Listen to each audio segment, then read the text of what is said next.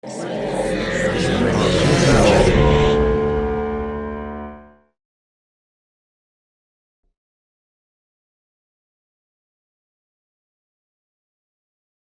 that's precisely my point. What point? It's a second-rate library, in a second-rate town, with second-rate people. Are you calling me second-rate? No, of course not. You know what? You're pathetic.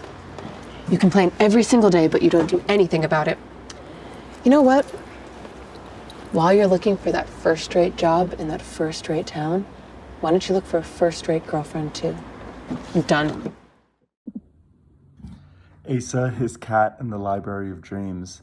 I so very much enjoyed this short. It is calm and meditative and has the right dose of magical realism and grounded drama. And it's funny too. It just is really this whole package and this whole mini world. It definitely feels like something that could even work in the feature landscape as well. In fact, I found myself at the end even wanting more to stay with this story longer. But what we do get out of it here is really beautiful and touching and reminds us of the love and company that we give others must also be returned, I think, very much to ourselves and our own self-care as well. And just the magic of books, which, there's not much more you can say about that. Really beautifully done. ASA, His Cat, and the Library of Dreams. I found this really, really, really interesting.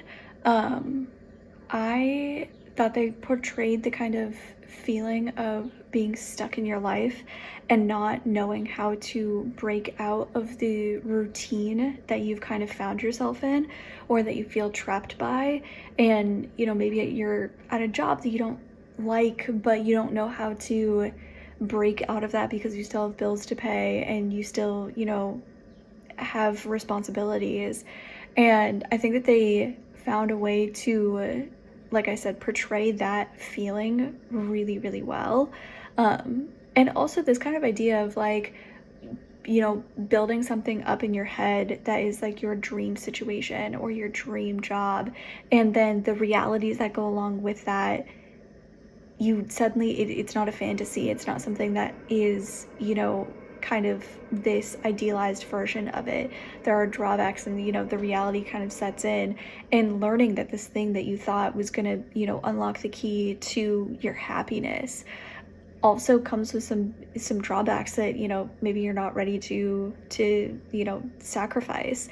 And in his case, I think the other thing that kind of stuck with me is this idea and this concept that being needed by something, by anything, whether it's a partner or it's, a cat, or if it's, family that you're, responsible for taking care of, or kids, or whatever the situation is, even if it is, in fact, just an animal, that feeling of being needed, of your presence having such an impact on something else's existence, I think is such a core fundamental human, almost like a requirement. I think it's something that consciously or subconsciously everybody searches for. And I think that even though he didn't have a history with this brand new cat, it was enough for him to know that this little, cat was depending on him. And that was enough for him to want to stick around and see, what he could make of the life that he was currently in. ASA, His Cat, and the Library of Dreams.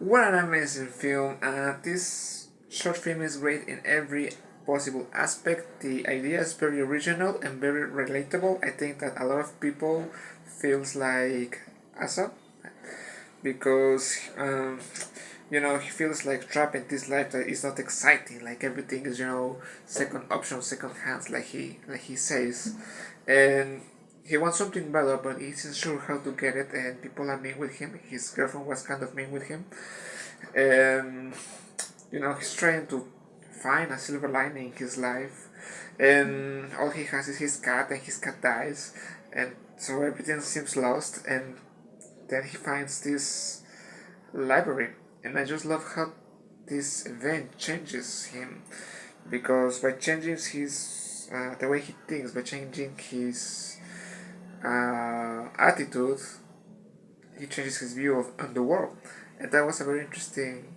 idea. And beyond this, I think that the film is amazing production-wise. It feels very professional. It feels like a kind of a Wes Anderson kind of film because of the visual. Everything is very stylized. Everything has a lot of style, and it looks great. Yeah, it was a very fun movie. I like the message, and I like the overall style and atmosphere of it. So thanks for seeing it, and I hope we get to see more films from you. ASA and his cat in the Library of Dreams. I really liked this a lot. It was a really nice story. I liked the structure of it, the beginning, middle, and the end. The acting was really good, especially with the main guy. I feel like he had a very nice subtlety to his acting, made it very believable for me. Really nice script and writing, nice lighting, and it really created a great ambiance for this film. And I was very sad about the dead cat. I didn't want the cat to be dead. It made me sad for him. But then when she gives him a cat later, it's really sweet. I love the colors and the cinematography in the library, especially the Library of Dreams. It was beautiful and a great cast all the way around. Well done with the casting. The music was perfect and subtle. Used it very well throughout. My only issue, the sound was very good. I just felt like I couldn't understand the very last line of the movie, but everything else was great. I feel like he chose to stay in reality with his girlfriend and his cat. So really well done. Great job. I saw his cat in the land of dreams. Here we get to have this really soft spot that hits us. It's not necessarily a save the cat moment, but it is a moment that gets us to immediately emotionally grip onto our character as we see this connection between him and his cat ultimately passing away. I mean, when an animal dies in any movie, that's just an easy way to be able to grab an audience's attention, have them grip onto the story for dear life.